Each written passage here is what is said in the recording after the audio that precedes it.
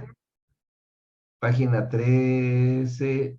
La sexualidad humana tiene tres áreas importantes y vamos a ver desde la perspectiva espiritual. Recuerden, es desde nuestra perspectiva espiritual cómo lo vemos. Bien. Y para entender esto hay una descripción que esto nos hace entender por qué fue que Eva fuese tentada por la serpiente. ¿Mm? ¿Por qué es que conoce muy bien la hechura del espíritu del hombre? La conoce muy bien el diablo, no le es desconocido para nosotros. Y esto es precisamente lo que el, el, el diablo sabía y está en este proceso. Miren, vamos a Santiago 1, la carta de Santiago, capítulo 1. Dice en el versículo desde el 12, 1:12 de Santiago. Dice, bienaventurado el varón que soporta la tentación. Si esto lo trasladamos al área de la tentación de índole sexual, lo vamos a entender bien. Dice, porque cuando haya resistido la prueba, recibirá la corona de vida que Dios ha prometido a los que le aman. Recuerden, el que me ama guarda mis mandamientos. Bien. Dice, cuando alguno es tentado, y aquí empieza un proceso. Aquí empieza un proceso. No diga que es tentado de parte de Dios, es decir, no proviene del Espíritu. La tentación no proviene del Espíritu. Bien. Dice, porque Dios no puede ser tentado por el mal, ni Él tienta a nadie. Es decir, que por la propia naturaleza de Dios, que es amor, Él no tienta a nadie y que tenga un origen en el espíritu, porque estamos hechos a imagen y semejanza de Él. Y en este proceso de la tentación no hay una tentación, no hay un proceso de tentación para con nosotros que parta del espíritu, ¿sí? O sea, el pecado nunca va a entrar desde el espíritu, no se va a originar ahí, aunque sea una infracción a nivel del espíritu, pero su raíz, su proceso inicial, no está en el espíritu, ¿ok? Vamos a comprender más esto. Luego dice, sino que cuando uno es sino que cada uno es tentado cuando de su propia concupiscencia es atraído y seducido. Ah, ya estamos hablando de otra área del ser y estamos hablando del alma. Es decir, que si en el alma están teniéndose conocimiento, ejecución voluntaria y experiencia a nivel de las obras de la carne, ¿ah? Entonces es donde se origina el pecado, pero se origina en el propio ser humano, que eso es propio, así viéndolo bien, de la naturaleza adámica. Ahí es en donde radica esto. Claro, pero hay más de esto. Mira, dice después. Entonces, bueno, es atraído y seducido, que es lo mismo que le pasó a Eva. Cuando ella ve por medio de los sentidos, empieza a tener un diálogo con el diablo, que ya lo vimos en el módulo anterior. Cuando ella ve a la criatura extraña que se le manifiesta en el huerto del Edén, que ella lo oye y lo ve, empieza ese proceso de seducción. Es decir, empieza de afuera.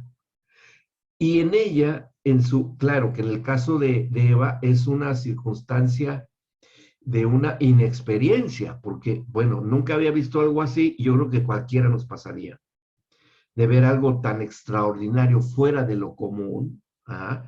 De ver un ser resplandeciente, serpenteante, que emana música seductora y que empieza a hablar con una voz seductora, para que todo eso entrara por los sentidos de Eva.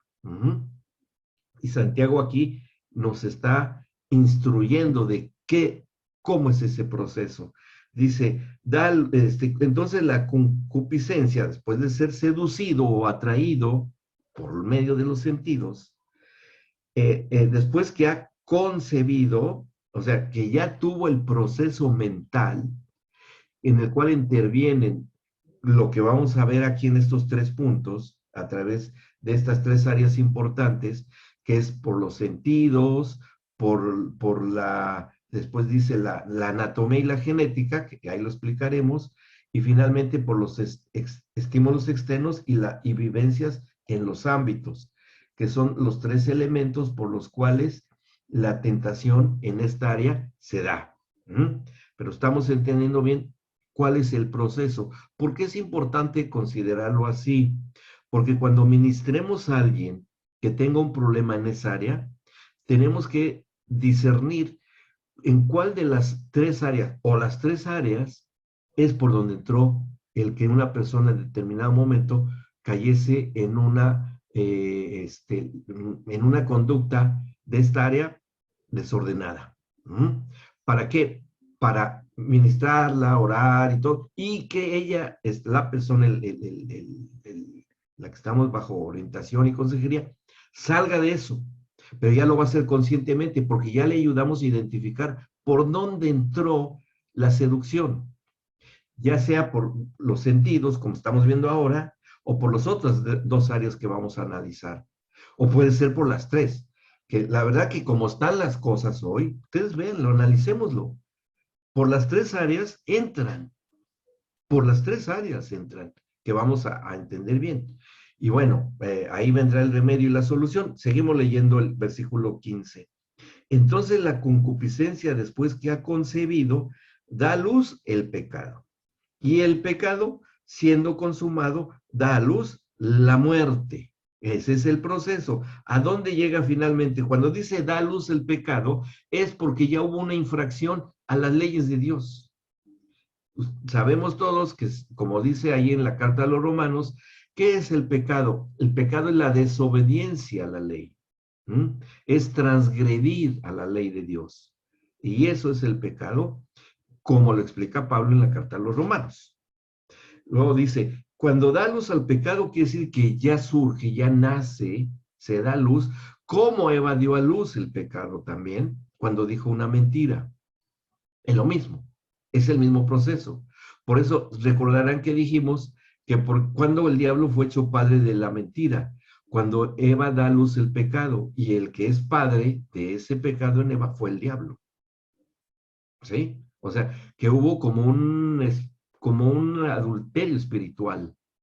Por eso se maneja muchísimo la terminología sexualizada en el Antiguo Testamento de que hay infidelidad espiritual con el comercio carnal, ¿no? Una palabra más común, espiritual, con los ídolos. Y es lo mismo, es el mismo proceso, claro, a nivel espiritual. Aquí Santiago sí puede estar hablando acerca de conductas ya humanas también. De todas maneras, entra por la misma vía.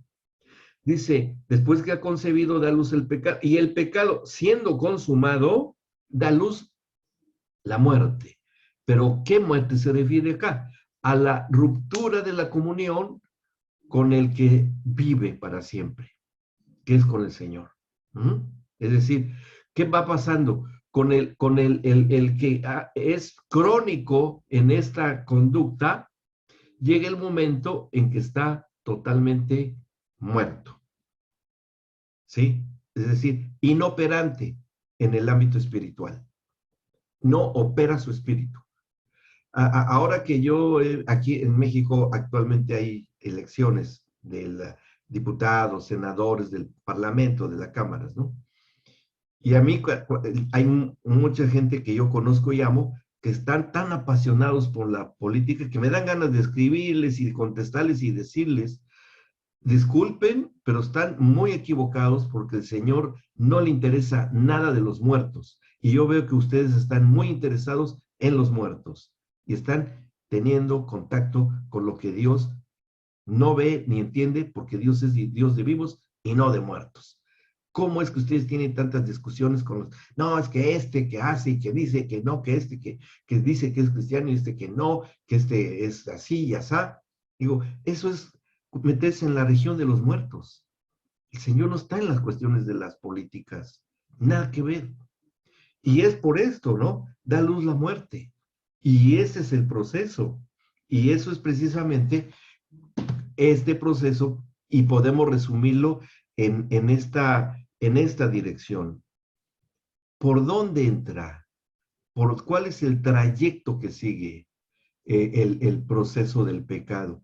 ¿Entra por los sentidos? Primero, por la visión, el oído, el tacto, el gusto, lo que ustedes quieran. ¿Cuál es la próxima estación a donde llega este proceso? A la parte del alma. Llega a la experiencia, al conocimiento, a la voluntad, lo ejecuto, no lo ejecuto, a los sentimientos, ¿sí? Esto es bueno para mí, aunque ya sea algo no bueno, pero me siento bien, satisface a lo mejor mis traumas, mis complejos, me hace sentir bien, etcétera. Pero que finalmente eso no se detiene ahí. Por cuanto las leyes de Dios son así, llegan a la parte del espíritu. Ahí aterriza. Ese es el proceso que sigue el pecado, como lo leímos en Santiago. En el caso de lo que viene de Dios y la revelación, fíjense, no sé si se han preguntado alguna vez ustedes, y alguna vez me acuerdo que sí lo mencionamos en una de las clases de la institución de la familia al principio. ¿En qué idioma Dios nos habla? En nuestro espíritu. ¿Se expresa Dios en nuestro propio espíritu? ¿En qué idioma? En ninguno. No necesita de un espíritu el Señor. Él simplemente, por ser uno con el espíritu, hay un entendimiento y una luz en nosotros, en nuestro espíritu, que nos proporciona y que puede venir del Padre, como a los profetas, que puede venir del Hijo, como a los evangelistas, y que puede provenir de una enseñanza, por como los maestros de la palabra, y que llega ya traducido al idioma que hablemos, ¿sí? De la cultura que seamos. No hay problema. El idioma que maneja el Señor en el Espíritu llega a nosotros, se traduce, que el gran maestro, no digamos maestro, yo creo que se queda corto esto, el gran ejecutor, administrador, manager de todo esto es el Espíritu Santo en nuestra alma. Que eso lo explica Jesús en su agonía en el Getsemaní. Él revela la manera como trabaja el Espíritu Santo en el alma. ¿Bien? Entonces el Espíritu Doc, ¿puede Santo... repetir lo que dijo? Sí, cuando Cuando viene le al... habla al evangelista, cuando le habla al Sí, maestro, ¿cómo es sí, eso? el Espíritu, sí, claro. Cuando el Espíritu, Dios el Padre, que es Espíritu, ¿sí? Dios es Espíritu, se comunica con sus hijos, lo va a hacer a través del manager que tenemos en nosotros, que es el Espíritu Santo. Y así como el Padre le habló a los profetas para dar una profecía, así lo hace con nosotros, claro, con palabra de profecía, palabra de profecía. Así como lo hace con el evangelista de las buenas nuevas de salvación, porque constantemente estamos recibiendo buenas nuevas en el evangelio eterno de Cristo, el Espíritu Santo va afianzando, revelando y haciéndonos y experimentar nosotros las buenas nuevas de salvación en cada área de nuestra propia vida, de nuestra experiencia de vida, porque no diario enfrentamos las mismas cosas en la vida del Espíritu. Hoy es una, dentro de 2 días es otra, dentro de un mes es otra. Y entonces el Espíritu Santo lo que hace es interpretarnos la intención del Señor, algo que no conocíamos y es buena noticia para nosotros. Ah, esto no lo sabía, esto está muy bueno. A ver, ¿y qué elaboras eso? En nuestra mente y alma, el Espíritu Santo.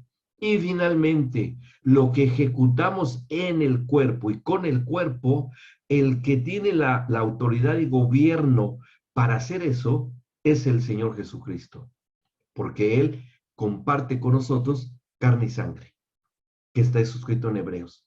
O sea, que podemos pensar entonces que en el proceso de la santidad y de la vida de santidad, tenemos todo el proceso inverso al que escribe Santiago, que es el trayecto del pecado, ¿sí? Viene de afuera, los sentidos, va al alma, llega al espíritu, y hace ahí, ¡pum!, revienta ahí, ¿no? Cometiendo pecado. El Señor no, el Señor trabaja en sentido inverso, viene de Él, del Padre, al Espíritu nuestro y al Espíritu Santo que está en nosotros, ¿sí? Viene el mensaje espiritual, la convicción o lo que ustedes quieran, revelación, inspiración, iluminación, cualquiera que sea, en nuestro espíritu, a nuestra alma. En nuestra alma viene el proceso con la mente de Cristo a hacerlo entendible a nuestro idioma, a nuestro contexto cultural, a nuestro contexto, inclusive aprovechando lo genético, todos los recursos que Dios nos ha provisto, la enseñanza de la palabra, lo que intelectualmente conocemos de la palabra, el Señor le da la interpretación espiritual de lo que intelectualmente conocemos. Porque si nada más se quedara en lo intelectual sería teología. Y eso no sirve para nada. No nos sirve la teología. Sería infructuoso.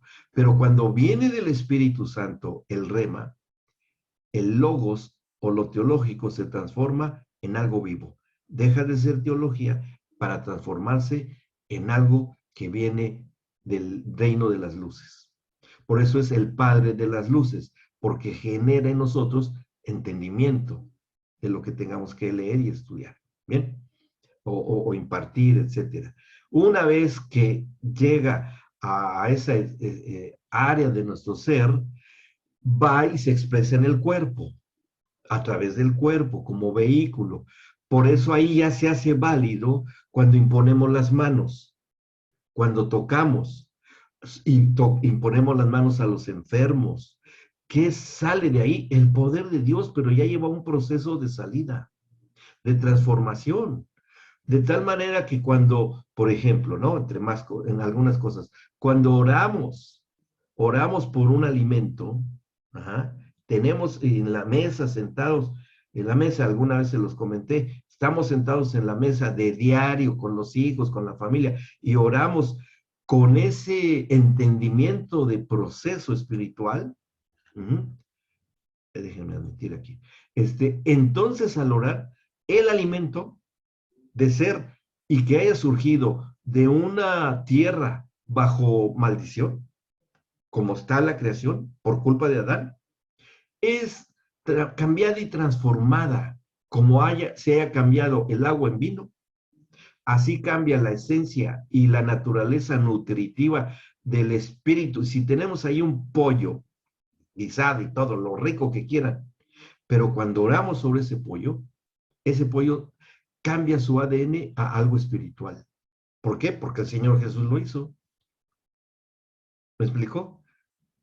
Cualquier alimento, cualquier bebida, si tenemos una acción de gracias. Y esto no es ni místico ni religioso, es parte de la naturaleza de la cual ahora nosotros participamos y que es la mesa del Señor. La mesa del Señor no es lo que hacemos ahora que estamos en restricción nosotros acá, en Argentina, y no hacemos mesa del Señor, la cena del Señor. ¿Estamos mal estamos en desobediencia? O en casa, en la primera iglesia, cada vez que nos reunamos a comer con los hijos, entre todos, y oramos con fe y gracias, acción de gracias, y Señor, bendice estos alimentos. ¿Saben que esos alimentos ahora adquieren una naturaleza recreada? Por eso es que, ¿por qué digo esto? ¿En dónde está lo que le pasó a Daniel cuando fue llevado, que se negaron a comer el alimento de la mesa del rey Nabucodonosor? Y que nada más comieron legumbres y agua, y estaban mejor que los otros. Y eso que todavía no venía la redención. Y sin embargo hubo autoridad y poder para que eso fuese nutritivo. O sea que hoy nosotros como creyentes, en dado caso, y si se da la situación, podríamos alimentarnos como un Juan el Bautista de langostas y miel, sí, ¿Podríamos, como Daniel, de comer nada más legumbres y agua? Sí. Y como Pablo, ¿cuántas veces pasó por las prisiones y que haya orado por algo con la fe de Dios sobre un alimento? Sí. Y eso es la expresión del cuerpo. ¿Me explicó? Ese mismo proceso es en la cuestión de la sexualidad creada por Dios, que empieza por el Espíritu, porque fue hecha por el Señor, llega al alma con el entendimiento, y si viene del Espíritu, ¿cómo va a ser santificada? Diferente. Y se va a expresar por medio del cuerpo, finalmente. Y eso hace que sea algo espiritual, como cualquier otra cosa de la actividad humana, cualquier cosa. Por eso es ¿por qué sanó la sombra de Pedro? ¿Por qué sanaba el paño de Pablo? ¿Por qué con el poder de la palabra hay transformación? Hay algo que les recomiendo que vean. Voy a ver si lo encuentro y les mando el link de un japonés que hizo creo que hace poco lo mencioné, no me acuerdo ahorita si lo dije algo ahí en el multiforma, en multiplataforma, algo así, con los chicos, del poder de la palabra que descubrió un científico japonés, de cómo los copos de nieve artificiales que él hizo en laboratorio, lo descubrió este hombre, no es nada cristiano ni nada, él es científico. Cómo el poder de la palabra hacía que los copos de nieve, cuando hablaba mal sobre los copitos de nieve, que era a nivel de laboratorio, adquirían una forma distorsionada, fea, o sea, sin forma, horrible. Pero cuando hablaba cosas buenas sobre los copitos, eres hermoso, cosas buenas, se formaban unos copos hermosísimos, de unos diseños impresionantes, ¿no? Después lo hizo con gente voluntaria, con familias, niños, ancianos, gente normal. Y los puso a hacer la misma experiencia. Y hablaban cosas malas y cosas buenas a los copitos de nieve y pasaba lo mismo. Después lo hizo con música. Ponía música clásica y los copos hermosos. Ahí él toma en alta resolución con microscopios muy avanzados cuando toca música clásica y cómo se van formando los cristales de una manera simétrica, impresionantemente hermosos, ¿sí? Pero cuando ponía heavy metal o música rock así de esa que a nadie nos gusta, sin forma, feos, horribles, ¿no? Y ahí no pasó, ahí no quedó la experiencia, sino que les dijo a estos mismos voluntarios, ahora solamente piensen cosas hermosas y piensen cosas desagradables sobre los copitos. Y pasó lo mismo. Él publicó un libro, El lenguaje del agua se llama, me parece que así se llama, se quedó muy documentado. Obviamente que no fue muy aceptado porque, pues, por los celos de los científicos, siempre hay celos y envidias, ¿no? Pero de que fue algo así, sí. Ahora, que en el terreno de lo bíblico, si esto es así, y ahorita me recuerdo que ahora una gente que empezó a ver esto y que tuvo interés, hizo un experimento, una señora con su hijita, y cocieron arroz, lo metieron en un recipiente, dos. En uno lo dejaron un mes, en un recipiente, y en otro también igual un mes. En un recipiente hablaba cosas buenas, cosas positivas, buenas, y música clásica, música hermosa. Y en la otra decían cosas feas, insultos y música fea. Bueno, cuando destaparon los recipientes, los que hablaban cosas buenas y tenían música buena, hermosa, estaba intacto el arroz, como para podérselo comer. Y en el otro estaba podrido, negro, el arroz, porque le mandaron los videos y todo, y miren cómo quedó el arroz. Feo, horrible. Yo dije, ay, pues esto está así. Pero finalmente vemos que la relación que el Señor tiene con el agua lo podemos encontrar muchísimo, muchísimo, desde la creación, cuando en el agua o en los líquidos empezó a crearse las cosas. Cuando Moisés abrió el mar, ¿a quién le habló? Al agua. Cuando Jesús caminó sobre el agua, control y gobierno sobre el agua. Cuando le ordenó que el agua se transformase en vino, se transformó en vino el agua. ¿Me explico? Y era palabra, palabra, palabra, palabra. Y sucede que nosotros, que eso lo vamos a volver a ver en la administración espiritual de los bebés son 90% agua.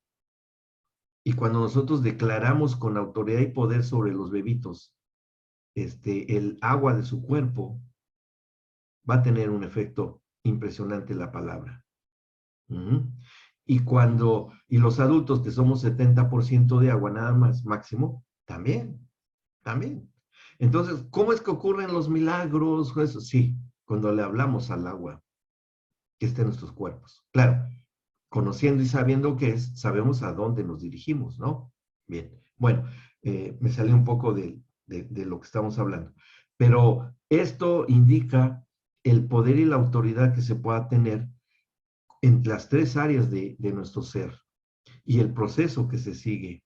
Y en la expresión de esta área es importante de dónde proviene o cómo se está manejando esta área en las personas que estamos orientando o ministrando.